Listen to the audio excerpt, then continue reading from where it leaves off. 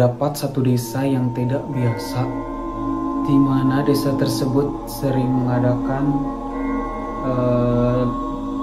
pentas tarian gitu, kayak tarian persembahan kepada para lembut atau penunggu hutan, agar desa mereka terhindar dari bencana.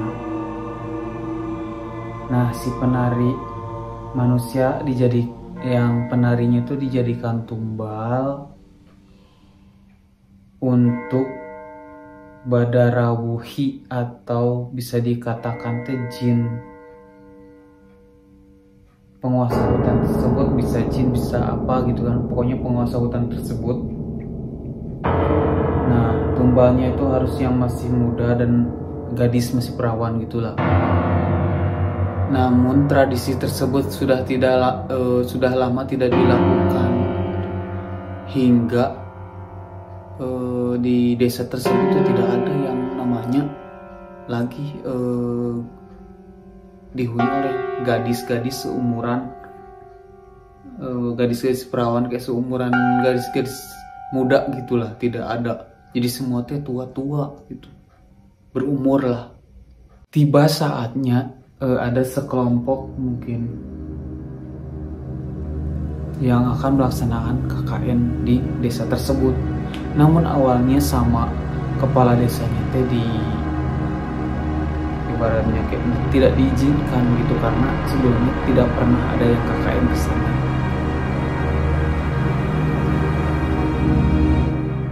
Namun jawaban salah satu dari peserta KKN yang meminta izin itu, dia berdalih dia tidak akan melakukan hal apapun, pokoknya ibaratnya kayak tidak akan aneh-aneh gitulah. Hingga akhirnya kepala desa di desa tersebut menyetujui untuk mereka melaksanakan KKN di tempatnya. Di awal-awal cerita, Pak Prabu atau bisa dikatakan kepala desa tersebut mewanti-wanti gitu, kayak di awalnya kalian jangan melewatin ke sini gitu, tidak boleh ke sini. Ya pokoknya dikenalin ke lingkungannya gitu, dikenalin ke tempat kerja proker mereka gitu. Mulailah konflik di cerita ini terjadi gitu. Jadi badarawuhi kayak ibaratnya memanipulatif gitu, memanfaatkan gitu. Karena kan si Bima suka sama si Bima suka sama si Widya.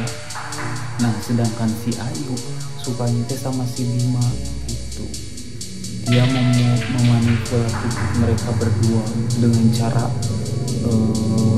memberikan impian. Nah, yang pertama kepada si Widya kepada si Bima tuh, dia mendapatkan impian bahwa dia melihat si Widya sedang dililit dengan ular gitu. Dan untuk menyelamatkan Widya,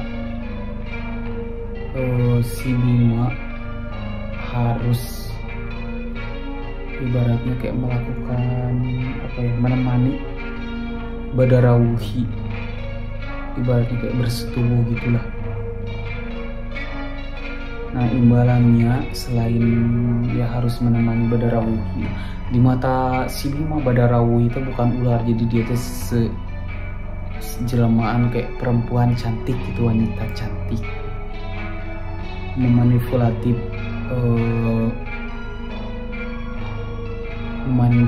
Bima. Nah, dia harus menemani badarawuhi, berarti kayak bersetubuh gitulah. Dan imbalannya dia akan mendapatkan kata wurih atau mustika atau gelang gitulah pokoknya, yang intinya nantinya akan membuat Widya jatuh cinta kepada Bima gitu.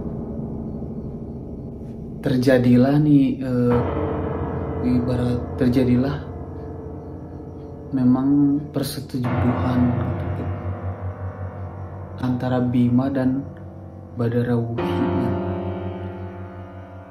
persetubuhan itu kan kayak dilakukan di ibaratnya tempat KKN itu. Nah, si Anton sama si Wahyu, gak tahu Wahyu doang yang denger, jadi kayak mendengar Bima tuh mendesah gitu, mendesah di kamar, mendesah, dan dengan mendesah dengan seorang perempuan gitu.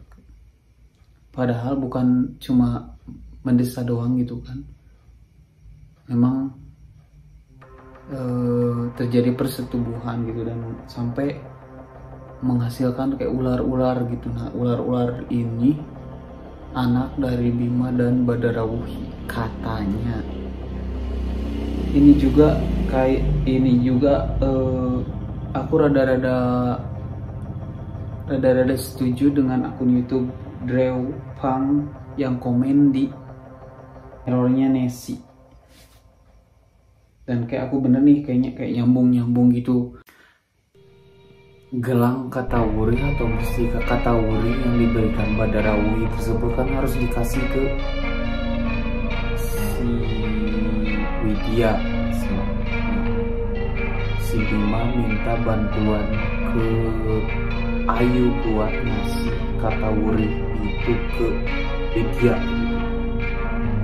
Namun karena cemburu, jadi karena cemburu sama si Widya, jadi Ayu tuh gak ngasih, awal-awal tuh gak ngasih gelangnya ke Widya. Padahal si Bima udah janji ke Badarawuhi. Banyak sekali keanehan-keanehan disadari dan tanpa disadari ke mereka gitu, mengganggu itu, terutama kepada Wahyu, kepada Nur, kepada Widya. Keanehan-keanehan tersebut mengganggu mereka gitu. Selain memanipulatif Bima, jadi Badarawuhi itu juga memanipulatif atau menggoda gitu, ibaratnya menggoda si Ayu. Ayu kan suka sama si Bima. Nah, jadi dia Badarawuhi menyuruh Ayu untuk memberikan Katawuri beserta selendangnya ke Widya. Dia juga janjiin bahwa dengan memakai selendang dari Badarawuhi tersebut akan membuat lelaki terpana atau akan membuat Bima menyukai dia. Pokoknya dia teh akan terpesona atau gitulah. Tidak akan ada lelaki yang menolak dia pokoknya. Ayu pun menyetujuinya dan akan memberikan Katawuri beserta selendangnya ke Widya. Di malam pada suatu saat gitu kan, Ayu memakai selendang gitu dan pergi ke pokoknya ke suatu tempat gitu, pergi bersama Bima.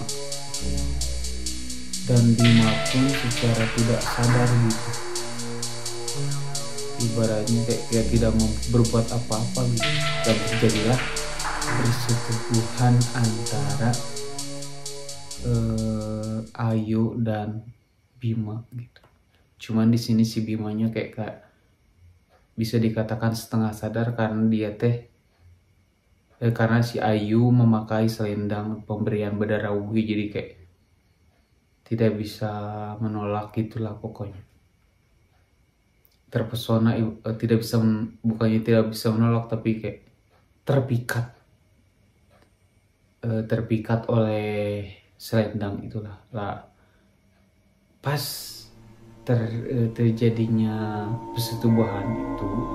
persetubuhan antara Bima dan Ayu tuh ternyata ketahuan sama si Nur. Nur marah kepada Ayu dan Bima kayak, kenapa lu melakukan hal ini hal ini pokoknya di sini kenapa melakukan anu gitulah pokoknya. Ini kan kita gak boleh kayak gini gitulah pokoknya, menasehati. Namun di sini baru diceritakan bahwa si Bima teh mendapat impian kayak gitu, padahal itu teh ulah jin atau ulah Badarauhi. Barulah mereka teh kayak nangis gitu kan, sedih, menyesal telah melakukan hal tersebut. Cuman kayak mungkin semuanya sudah terlambat gitu. Nur di sini kan kayak paling soleh gitu kan, rajin sholat. Terus dia tuh juga dijaga sama ibaratnya kodam gitulah, ada penjaganya. Nah, dan dia diancam oleh Badarauhi jangan ikut campur urusan mereka gitu, karena Badarauhi menghormati seorang kayak bisa dikatakan kodam atau penjaga si Nur. Nah, si Nur tuh memiliki penjaga gitulah. Di akhir cerita nih, rencana si Ayu buat menyimpan atau memberikan selendang beserta katawuri ke Widya gagal lagi karena ketahuan sama si Nur. Nah, akhirnya Nur kan marah lagi gitu kan, jelasin kenapa kayak rencana kamu tuh apa, udahlah. Nah, jadi si Nur tuh pengen udahlah kita pulang aja. Gimana dia tuh gak peduli sama prokernya atau program kerja KKN itu, kayak biarlah gak beres juga, gimana kalau gak beres gak lulus gitu kan. Karena Badarauhi gagal gitu kayak untuk mendapatkan Widya, karena kan dia awalnya teh pengen Widya yang menjadi dawuh atau penari di bangsanya mereka gitu. Lanjut ke bagian akhir nih, ini part yang paling nyesek kalau misalkan ini based on true story gitu kan. Jadi kalau bener ceritanya teh ini kayak wah nyesek banget kok. Berangkat KKN 6 orang. Nah, yang 2 orang ini si Ayu dan Bima tidak sadarkan diri. Kenapa mereka tidak sadarkan diri nih? Si Bima dipaksa Badarauhi untuk kawin di bangsanya mereka gitu. Cuman yang diambil teh sukmanya aja, jadi kayak jasadnya tuh